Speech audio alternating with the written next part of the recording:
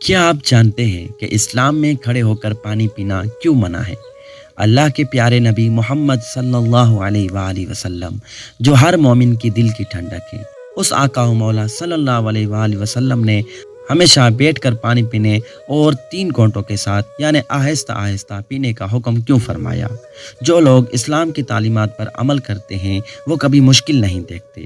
آج جو ہم موذی مرضوں اور بیماریوں مصیبتوں میں مبتلا ہیں، اس کی ایک ہی وجہ ہے کہ ہم نے اسلام کا راستہ چھوڑ دیا ہے۔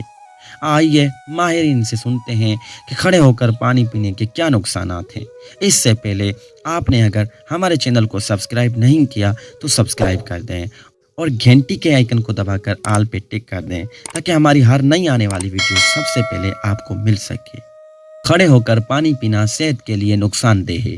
اسلامی تعلیمات میں پانی بیٹھ کر چند گھونٹ میں پینے کی ہدایت ملتی ہے، جبکہ کھڑے ہو کر پانی پینے سے روکا جاتا ہے، بلکہ اکثر اس پر لوگوں کی جانب سے ٹوکا بھی جاتا ہے۔ مگر کیا یہ عادت کسی قسم کے نقصان کا باعث بنتی ہے؟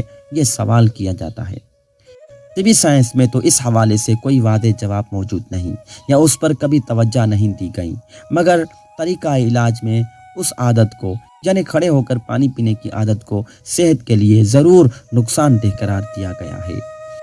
جب کھڑے ہو کر پانی پیا جاتا ہے تو یہ پانی معدے کی دیوار سے ٹکراتا ہے اور لہر کی شکل میں نیچے جاتا ہے۔ یہ لہر معدے کی دیوار، ارد گرد موجود اعضاء اور غذائی نالی پر منفی اثرات مرتب کر سکتی ہے۔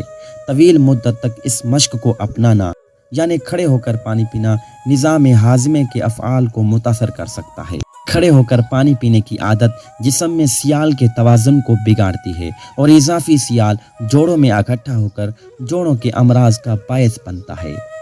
تو دوستو، آج کی یہ ویڈیو آپ کو کیسی لگی؟ اپنی رائے کا اظہار کمنٹ میں ضرور کیجیے گا۔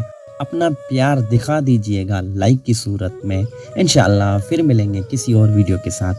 تب تک کے لیے اللہ حافظ، فی امان اللہ۔